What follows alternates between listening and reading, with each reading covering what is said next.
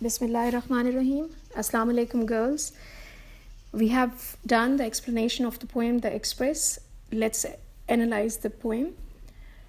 If we look into the poem, the poet has glorified the train, and he has used similes in order to give it a beautiful picture and in order to build a beautiful picture of the train in front of us. Like he uses the word comet and queen and ship for the train.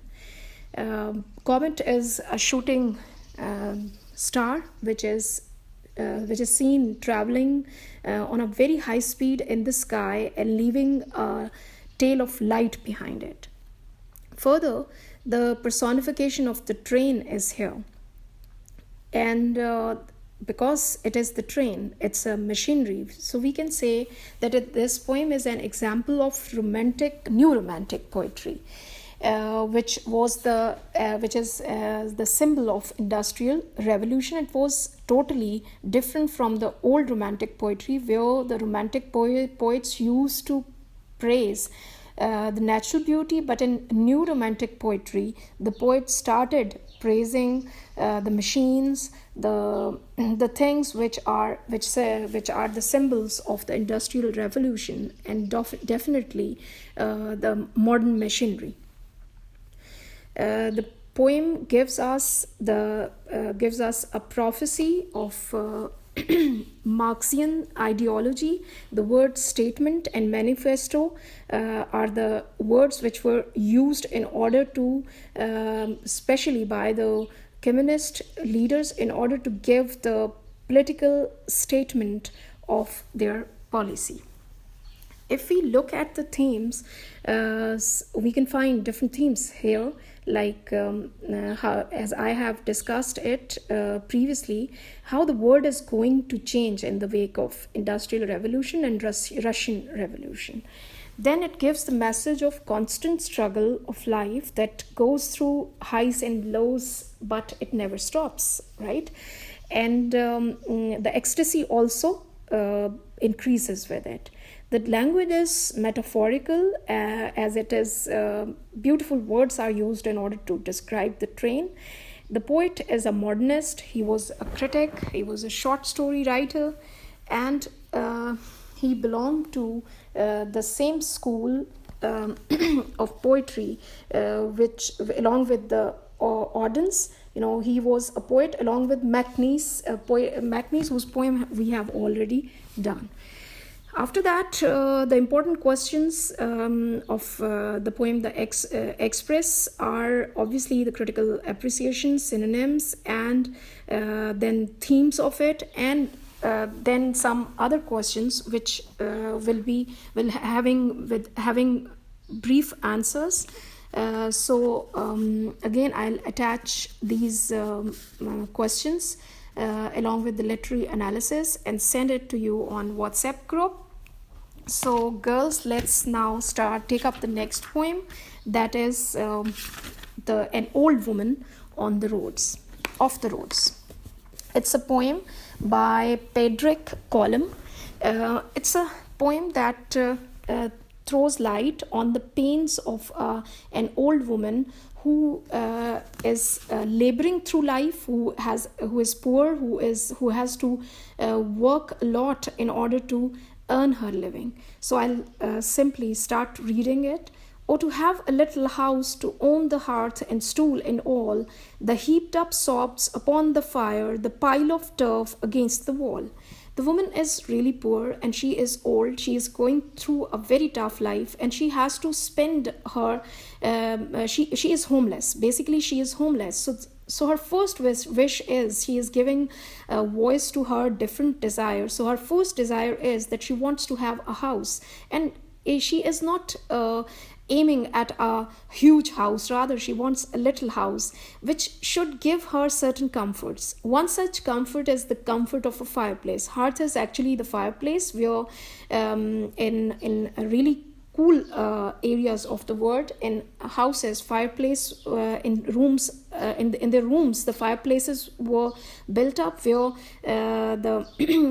where woods were kept, and the fire was kept in order to take warmth. So this woman, she works all the day long on the in the different houses, and then she keeps on walking on the roads which are with intense cold. She wants to have a little house where she would sit by the fireplace, and her room will have a sufficient storage of grass sods are actually the surface of the ground with grass growing on it, and turf is also grass. So she wants dried up grass, or she wants wood which would be heaped up on a corner, in the corner of her room, which will suffice for the fire to be kept alive, so that she should be able to avoid the intense cold which she is suffering throughout her life.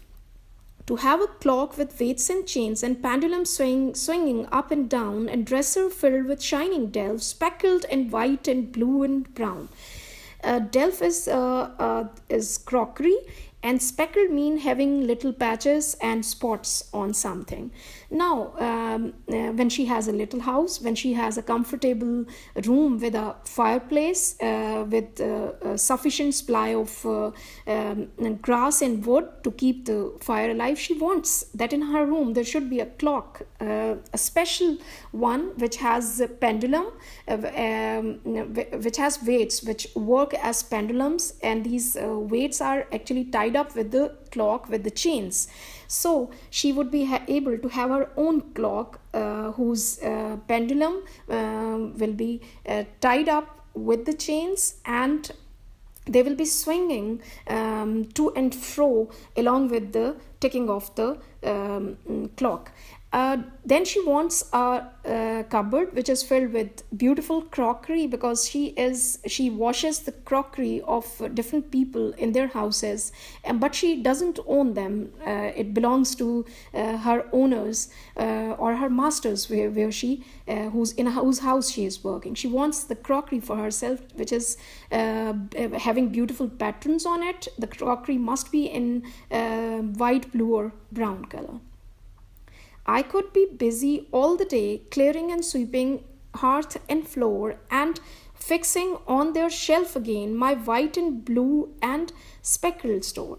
Now she longs for her own house, where she keeps on working all the day long. Well, this thing shows us that she is not fed up with working. She wants to work throughout her life, even till the last breathing of her life, or the last breaths of her life. She wants to work, but she wants to work in her own home.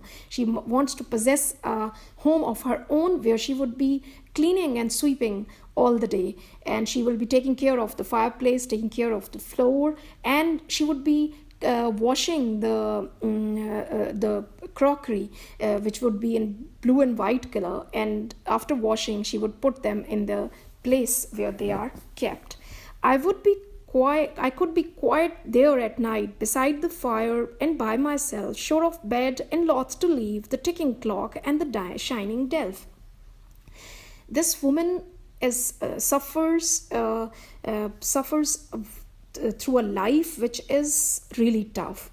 She cannot take rest properly. So when she will have a home of her own, and she would live there, she would not work in the houses of other people, then it would be quite a calm and placid life over there. She will have a night which will be quiet, which will be peaceful, while she will be sitting by the or lying down by the fireside, and she is happy for the fact that even if she is alone, she will be happy over there. She will go to the bed at the time of the night, and she won't have the fear of having another day, getting up early in the morning and going to the houses of other people to go through a laborious day once again. Rather, she would be having a happiness within herself, that she doesn't have to leave the house, and she would come out of her peaceful sleep with her routine being remaining in her own home and taking care of her own home. Here the word loth actually it's as LOTH. It has also another spelling, that is LOATH.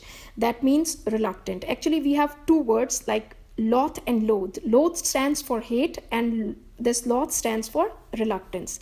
So I would read the line again, which gives us the word sure of a bed and loth to leave. So she would have a nice sleep over there, and she won't have to leave her bed unwillingly.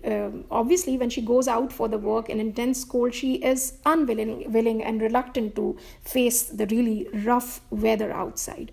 Ouch, but I am weary of mist and dark, and roads where there is never a house nor bush, and tired I am of bog and road, and the crying wind, and the lonesome hush. Now she says that ouch mean is it's an with the sign of exclamation. It shows, this word shows the expression of pain.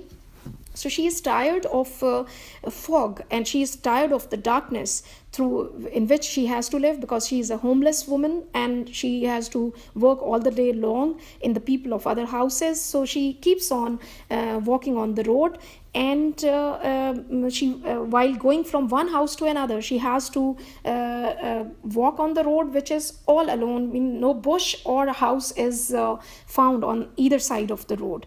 And she is also tired of bog, mean wetland, and she's tired of walking on the wetlands and on the roads, and the wind, which is all the time very harsh, and it makes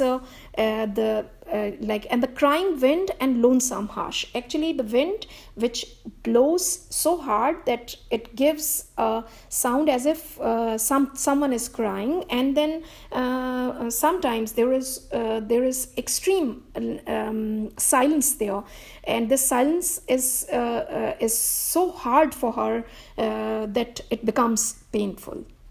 And I am praying to God on high, and I am praying him night and day for a little house, a house of my own, out of the winds and the rain's way.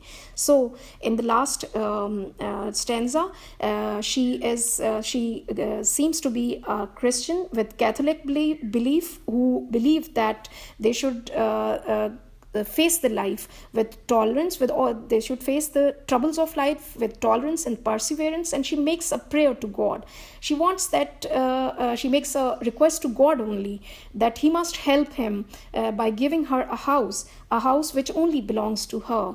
And this is the prayer that she is always presenting to, or she is offering her prayers to God all the time, either it's day or night, for a little house, and this house that keeps her safe from the hard winds, and that keeps her away safe from the rains which she has to face while living in the open. So in this way, the old woman expresses her desires as she wants to have a house of her own, a fireplace, then the furnitures, certain pieces of furniture, then crockery, and she wants to work throughout her life, but not work or labor in the house of other people. Rather, she wants to live in her own room, in her own room, and in her own house.